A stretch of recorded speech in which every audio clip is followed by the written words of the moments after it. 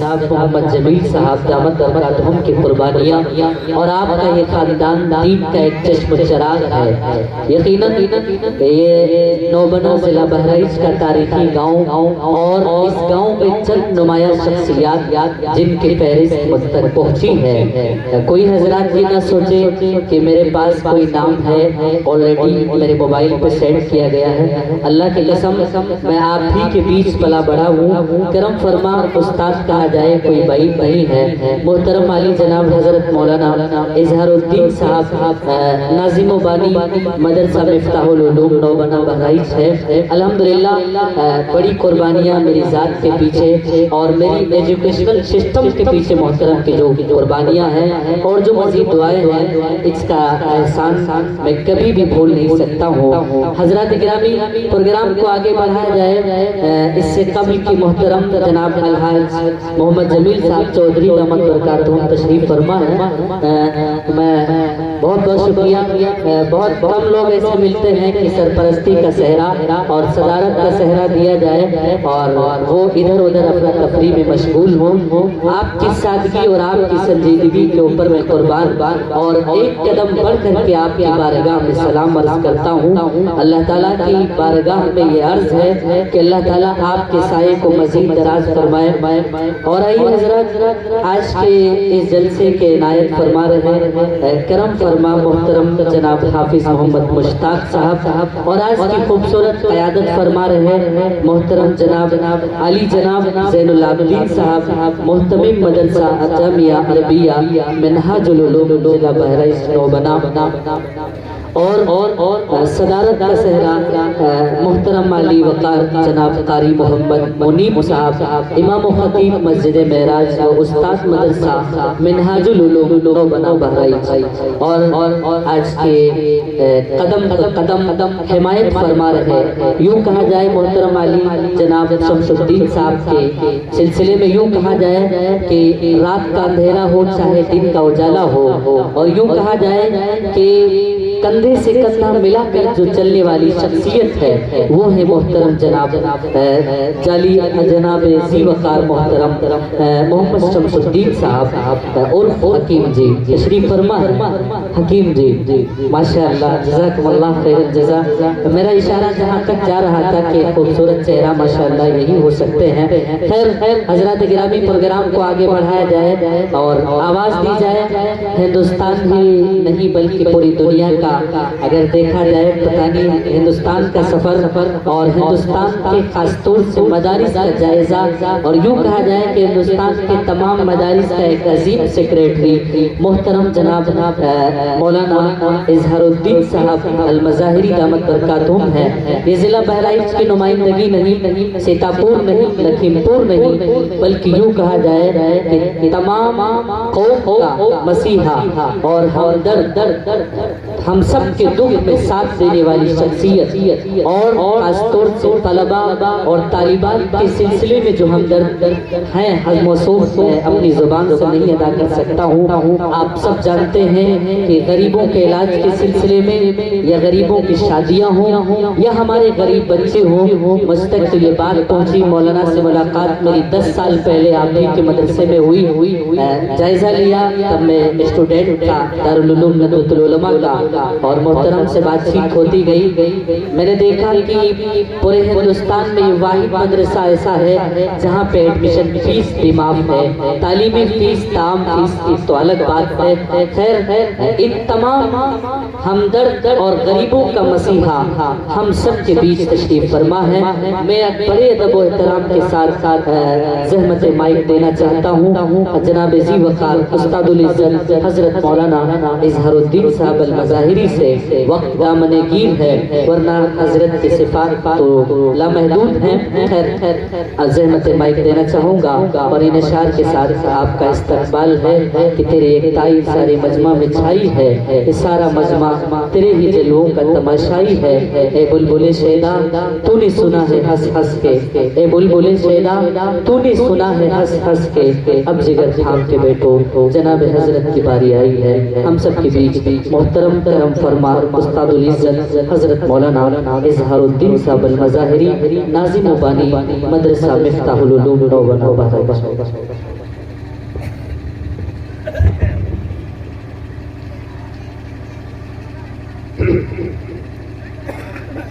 وبه نستعين أما بعد فأعوذ بالله من الشيطان الرجيم بسم الله الرحمن الرحيم إنما يخشى الله من عباده العلماء صدق الله العظيم۔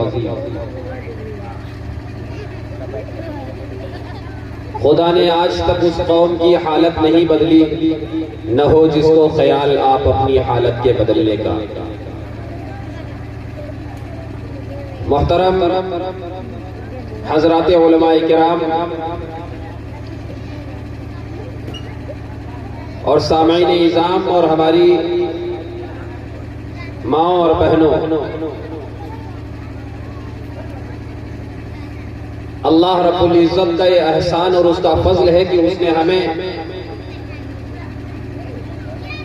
ایک دینی مجلس میں بیٹھنے کی توفیق عطا فرمایا، اور آج کا یہ پروگرام ایک بچے کی ولادت کی نسبت پر منعقد ہو رہا ہے، اور یہ انتہائی خوشی کی بات ہے کہ جس دور میں بچیوں کو لوگ گری ہوئی نظروں سے دیکھ رہے ہوں، اور جس کے گھر میں بچی کی ولادت ہوتی ہے اس کا چہرہ مرجھایا ہوا ہوتا ہے، ایسے لوگ بھی اللہ کے نیک بندے اس دور میں ہیں جن کے گھر میں اگر بچی کی ولادت ہوتی ہے کہ ان کے چہرے پر مسکان ہوتی ہے اور مسکراہٹ ہوتی ہے۔ پیارے پیغمبر جناب محمد عربی صلی اللہ علیہ وسلم کی بعثت سے پہلے جن کے گھروں میں بچیاں پیدا ہوتی تھیں، لوگ اپنی بچیوں کو اپنے ہاتھوں سے زندہ زمین میں دفن کر دیا کرتے تھے۔ دنیا میں ہمارے پیغمبر محمد عربی صلی اللہ علیہ وسلم تشریف لائے تو فرمایا کہ جس کے گھر میں بچی پیدا ہو اور پھر اس بچی کی اس نے اچھی تعلیم و تربیت کی اور اس کا نکاح کر دیا، ہمارے اور درمیان اتنا فرق ہوگا جنت کے اندر۔ پیغمبر نے اس طرح فرمایا کہ اتنا فرق ہوگا، یعنی ہم اس شخص سے بہت قریب ہوں گے جس کے گھر میں بچی ہو اور اس کی تربیت کرے، اس کی تعلیم کرے اور اس کا نکاح کرے۔ گویا کہ پیغمبر علیہ السلام کی بعثت سے پہلے بچیوں کو زندہ زمین میں لوگ دفن کر دیا کرتے تھے۔ حضور دنیا میں تشریف لائے تو بچیوں کا مقام بڑھایا اور فرمایا کہ جو بچیوں کی تعلیم و تربیت کرے گا اور بچیوں کی ولادت پر خوشی منائے گا، ہم کو اور اسے جنت میں آپ اس طرح دیکھیں گے، بہت قریب ہوں گے۔ وہ لوگ ہمارے قریب ہوں گے، ہم ان کے قریب ہوں گے جو بچیوں کی تعلیم و تربیت اور ان کی صحیح پرورش کرتے ہیں۔ یہ چیز آج ہمارے معاشرے میں بہت کم دیکھی جاتی ہے۔ میں بہت اس بچے کا جس کا نام محمد نعیم عرف پتھو ہے، میں اس کا شکر گزار ہوں۔ بسا اوقات نوجوانوں کی بیجا حرکتوں سے تکلیف ہوتی ہے، لیکن انہی نوجوانوں میں کچھ نوجوان ایسے بھی ہوتے ہیں جو بہت اچھا کام کر گزرتے ہیں، جو کام بڑوں سے بھی نہیں ہو پاتا ہے۔ اور جو چیز آپ اس وقت دیکھ رہے ہیں، محسوس کر رہے ہیں، وہ ہم سب کے سامنے ہے۔ آپ یہ بات اچھی طرح جانتے ہیں کہ میلاد میں 1 گھنٹے سے زیادہ بولتا ہوں، آپ ہوتے ہیں اور ہم ہوتے ہیں۔ آپ کو اچھی طرح اس بات کا یقین ہے کہ جب ہمارا کوئی بڑا پروگرام ہوتا ہے اور اس پروگرام کے ہمارے جب مہمان خصوصی باہر سے تشریف لاتے ہیں تو میں اس پروگرام میں مائک پلٹنے کی بھی ہمت نہیں کرتا، اور یہ سمجھتا ہوں کہ اگر ہم مہمانوں کا وقت لیتے ہیں تو ان مہمانوں کی صحیح میزبانی نہیں ہے، مہمان نوازی نہیں ہے، بلکہ یہ دراصل ان کے وقت میں خیانت کرنا ہوتا ہے۔ یہ آپ اچھی طرح جانتے ہیں، اس لیے میں آج بھی وہی کرنے والا ہوں اور میں آج بھی یہی چاہتا ہوں۔ میں آپ کے سامنے اپنی تقریر نہ کروں، اپنی بات نہ رکھوں، بلکہ ہم آپ کو توجہ دلانے کے لیے بیٹھ گئے ہیں کہ جو اللہ کے نیک بندے ہوتے ہیں، جن کو علماء، عالم، مولانا کہا جاتا ہے، اللہ نے قرآن کے اندر یہ فرما دیا ہے انما یخشی اللہ من عبادہ العلماء۔ اگر اللہ کا خوف اور اللہ کا ڈر حقیقی معنی کر کسی طبقے میں ہوتا ہے، کسی جماعت میں ہوتا ہے، تو علماء کرام کی جماعت ہوتی ہے۔ گویا کہ اصحاب التقوی علماء ہمارے اسٹیج پر بیٹھے ہوئے ہیں، اللہ والے بیٹھے ہوئے ہیں، زہد کے مالک بیٹھے ہیں، صاحب تقوی بیٹھے ہوئے ہیں، ان کے اندر اللہ کا خوف اور اللہ کا ڈر ہوتا ہے، یہ پرہیزگار ہوتے ہیں، گناہوں سے اجتناب کرتے ہیں اور بچتے ہیں، ایسے لوگ بیٹھے ہوئے ہیں۔ ظاہر سی بات ہے جب ایسے اللہ کے نیک بندے ہم کو مل جائیں، ہم سے ملاقات ہو جائے، ہم ان کے روبرو ہوں، تو ان کا دیکھنا بھی عبادت، ان سے مصافحہ اور معانقہ بھی عبادت، ان کی باتوں کا سننا بھی عبادت، اور ان کی باتوں کو سن کر ان پر عمل کرنا بھی عبادت۔ یہ ہمارے لیے بہت خوشی کی بات ہے کہ ہمارے درمیان سری نگر سے ایک بہت ہی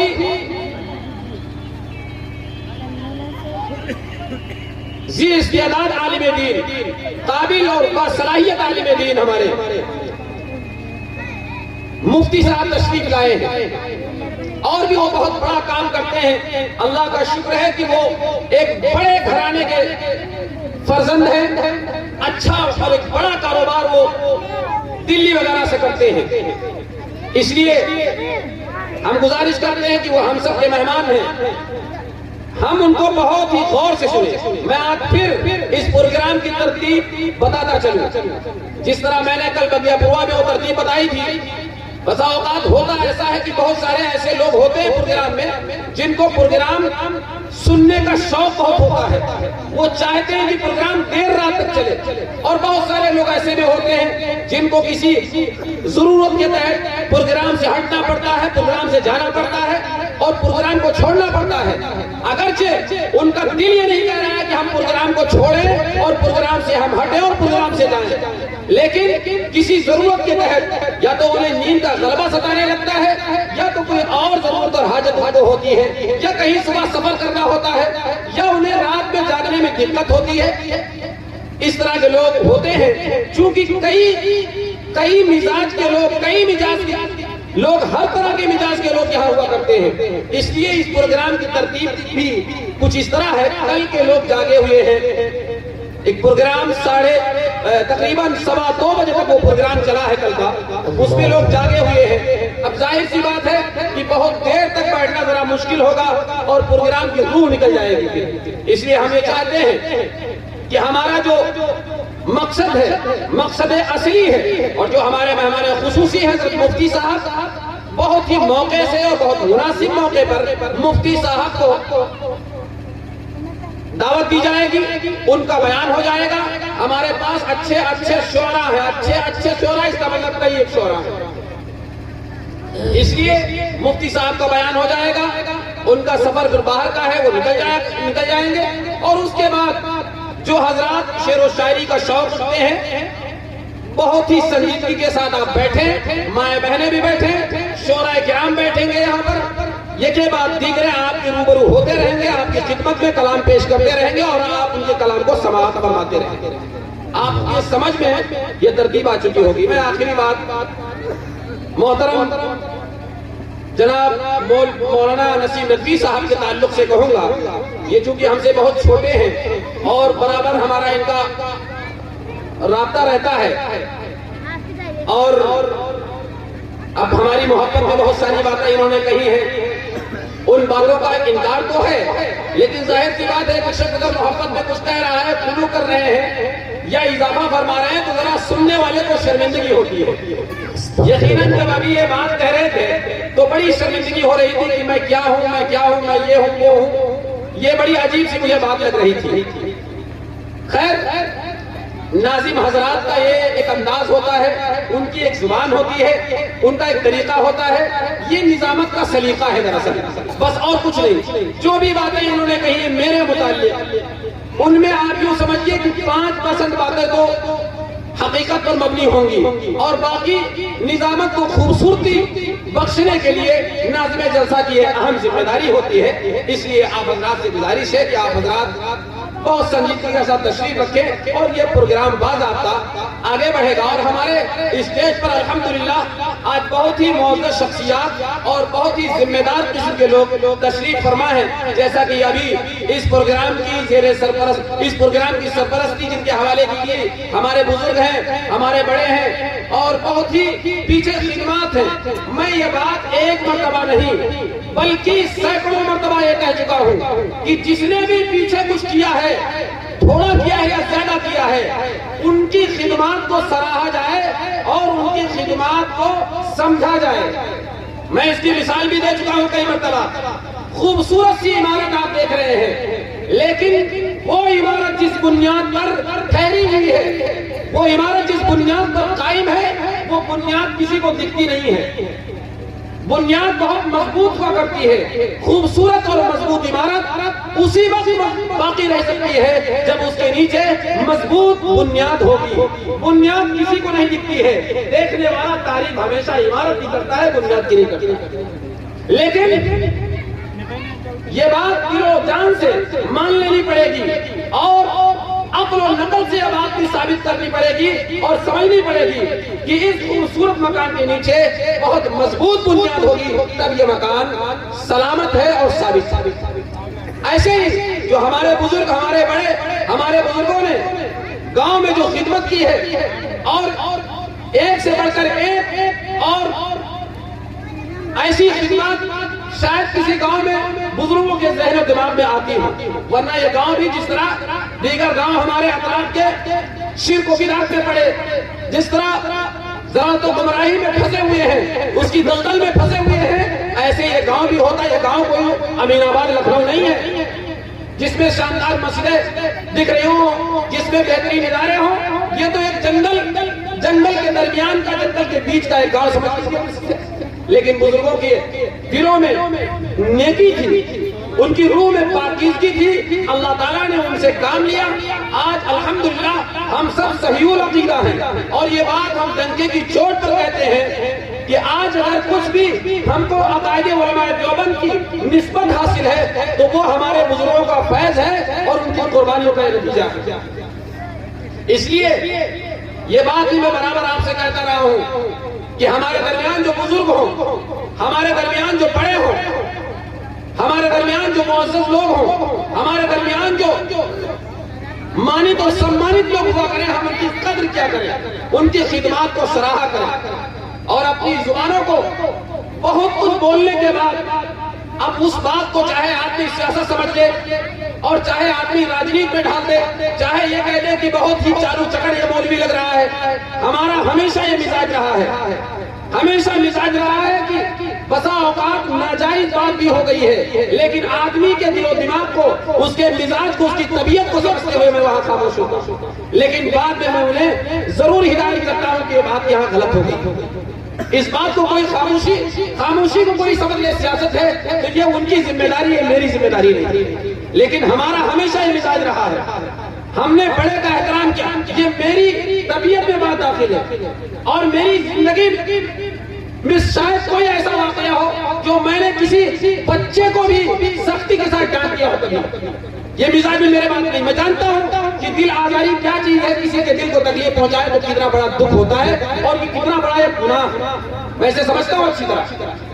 تاریخ میں نے پڑھی ہے, اتہاس میں نے پڑھا ہے. میں جانتا ہوں اس بات کو کہ آدمی کب کہاں ٹوٹ جاتا ہے کس سے.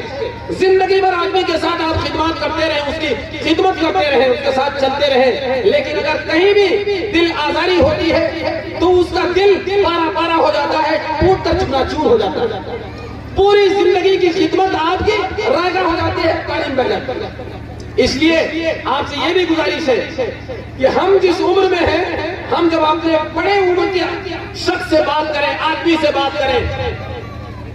تو اپنے لب و لہجے میں بھی توجہ دیں, اپنی بات چیت کو بھی ذرا غور سے دیکھ لیں پہلے کہ ہم کہنے کیا جا رہے ہیں.